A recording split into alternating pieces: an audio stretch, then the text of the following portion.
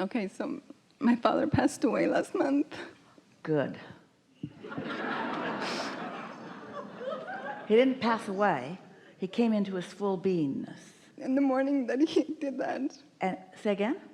In the morning that he passed away. I'm sorry. Yeah. I saw the most beautiful sky. Yeah. And I knew it was him. Yeah.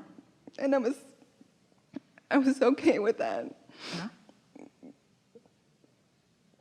And I allowed him to go, and I was happy for him. Yeah. Because I knew where he went. Doesn't seem like you're that happy.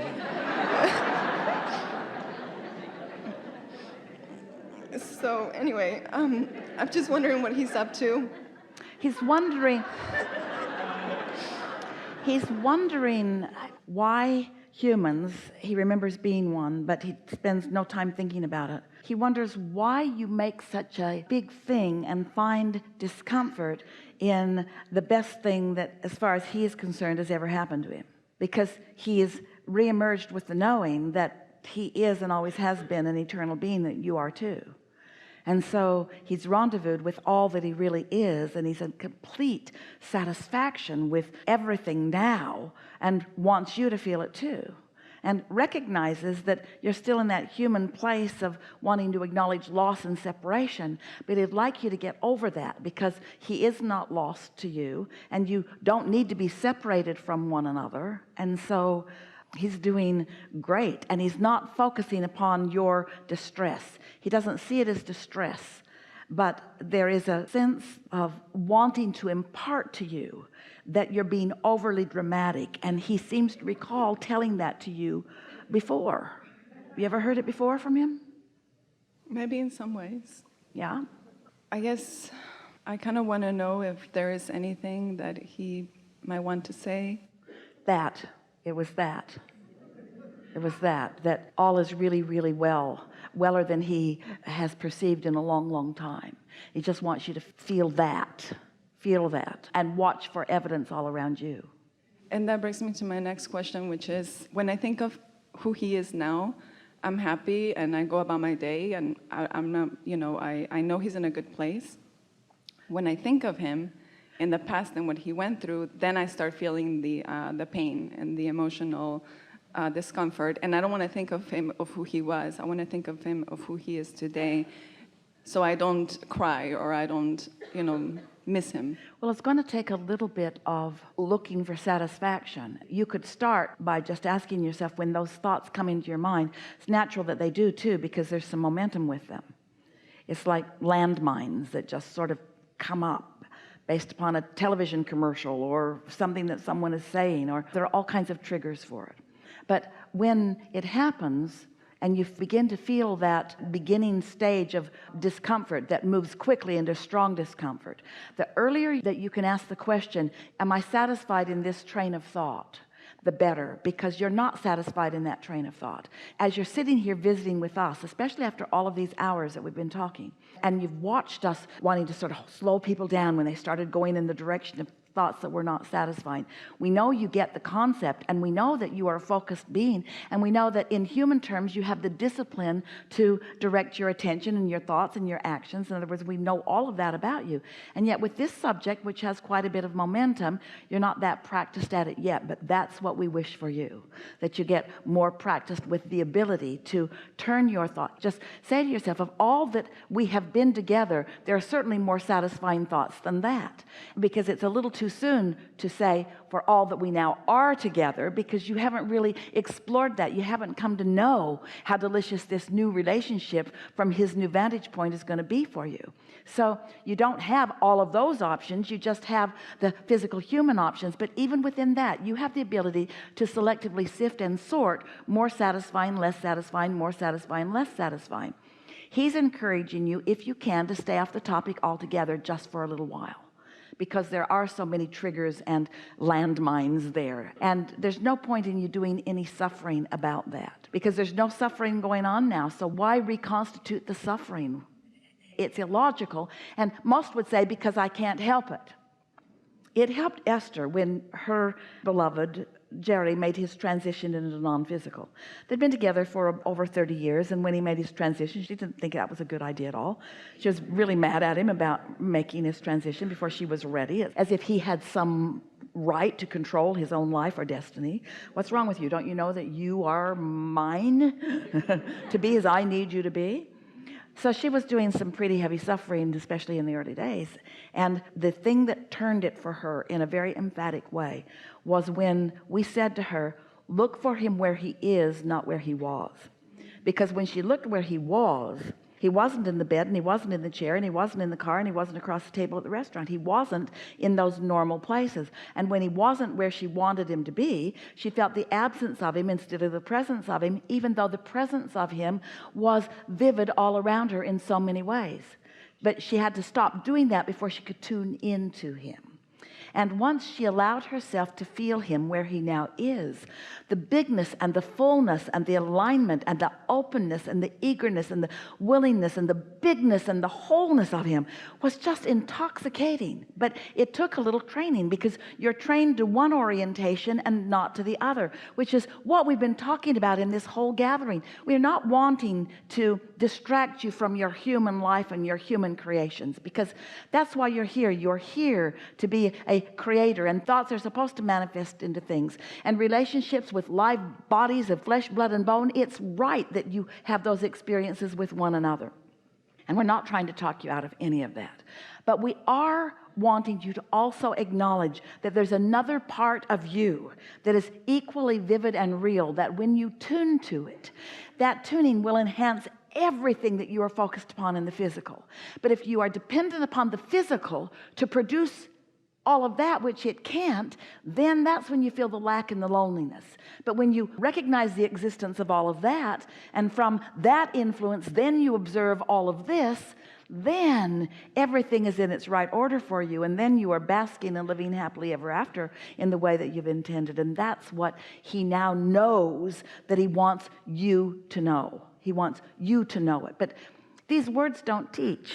We were saying all of these things to Esther for quite a while before she caught on, because the vividness of life experience and the difference of it took her by surprise, and took her a long time to adjust, a while to adjust. But once the adjustment happened, And I know that by some experiences that I've had, I feel like maybe he had something to do with it. I feel that, that he played a part. it's constant. It's constant. He's part of your non-physical team who knows where you are in relationship to what you want. This is something that most humans really don't understand until you really are looking for the satisfaction, so that the satisfaction can guide you to this knowledge. But everyone who you've ever known or not known who was physical, who has returned into the non-physical, is focused forward with you, because this is the leading edge. Focused forward with you. This is the leading edge, focused forward with you. From a vantage point of non-resistance, do you realize what a valuable partner of creation that is? But you diminish that value or disallow it altogether when you're yearning or unhappy or sad. I understand. Yeah, we know you do. So just enjoy the practicing of it and the coming into the fullness of it, and you'll have lots of experiences. You've had some that you've missed, you've had some that you've been aware of, but many, many, many more that you'll know for sure, because there is a particularness and an intricacy to what you're asking for that you will connect with his awareness of that. You see what we're getting at? Non-physical is always focused with all of you, but as thoughts are turning to things, here's the best way. We've not said this before. This is really good, and your father is adding to this explanation in a really strong way. Really wants us to make this point with you. So we've been talking a lot, if you've been listening, about thoughts turning to things, vibrations turning to thoughts, thoughts turning to impulses and words and actions and things, and manifestations all happen in that way. So let's start out here with manifestation, and then let's go all the way back to beginnings of thoughts. Well, your inner being, you're going to like this, your inner being is closer to being right out here with you than way back here with you where you began. Did you hear that? Because of your inner being's interest in what you've got going on. Your inner being is guiding and flowing and encouraging and blessing and knowing. And so your inner being is almost right here on the leading edge with you. That's why it takes so little of your alignment in order to let the fullness of that here and now. Now, did you hear what we just explained to you? There is much less separation between the non-physical you and the physical you than you've ever known. Did you get that? Did you feel it? And so when someone that you really care about makes their transition into non-physical, and because you remember them in the vividness of their physicality, that gives you closer access to the non-physical that's right there. It's easier for you to accept the existence of non-physical now that you're looking for your Father there. Now, we've said that many, many times before, but what we haven't said before in this poignant way is that your inner being and your Father and those who really know you and care about you, they are so close to being right here where you are.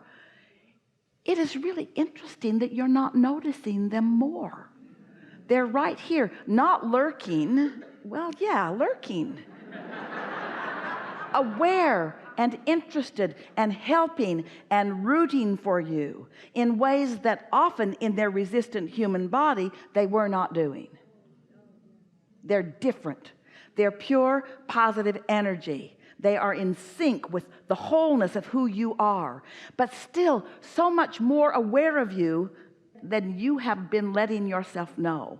At first, when Jerry and Esther realized that we were lurking, they felt a little shy until they realized that our awareness of them was love only. Our awareness of them was encouragement only. You just can't do something or be something or think something that causes the source within you to turn away or to disapprove. And so as you realize that, and so you become less and less self-conscious, meaning less and less human conscious, then you allow yourself to be more and more integrated with the non-physical consciousness, and your Father, recently reemerged, is a really powerful bridge to that. And he is delighted in this new role that he now is playing, and it is his desire that you understand it so that you can benefit from it quickly. And there's one more thing. When he made his transition, I was almost wanting to feel what he felt in his reemerging, and of course elation, exhilaration, indescribable. Because I know that relief, you might call it relief, but it was so much more than relief. It was elation. Can you imagine coming into the full recognition of everything that you've created through all that you've lived, coming to the whole fullness of who you are, the full recognition of who you are in less than a moment? We can't even describe a small enough particle of time. A releasing of all resistance. in my lifetime, I don't know anybody, or personally to me, that has put so much in their vortex like he did. Yeah. And well, then you got to be pretty happy about him reveling in all of that. Yeah. Yeah. Enough? Really good. Really good. Time to get over that death thing. Since first of all, there isn't any. And second of all, you can't control it. Might as well just be satisfied with it and then let it be what it really is.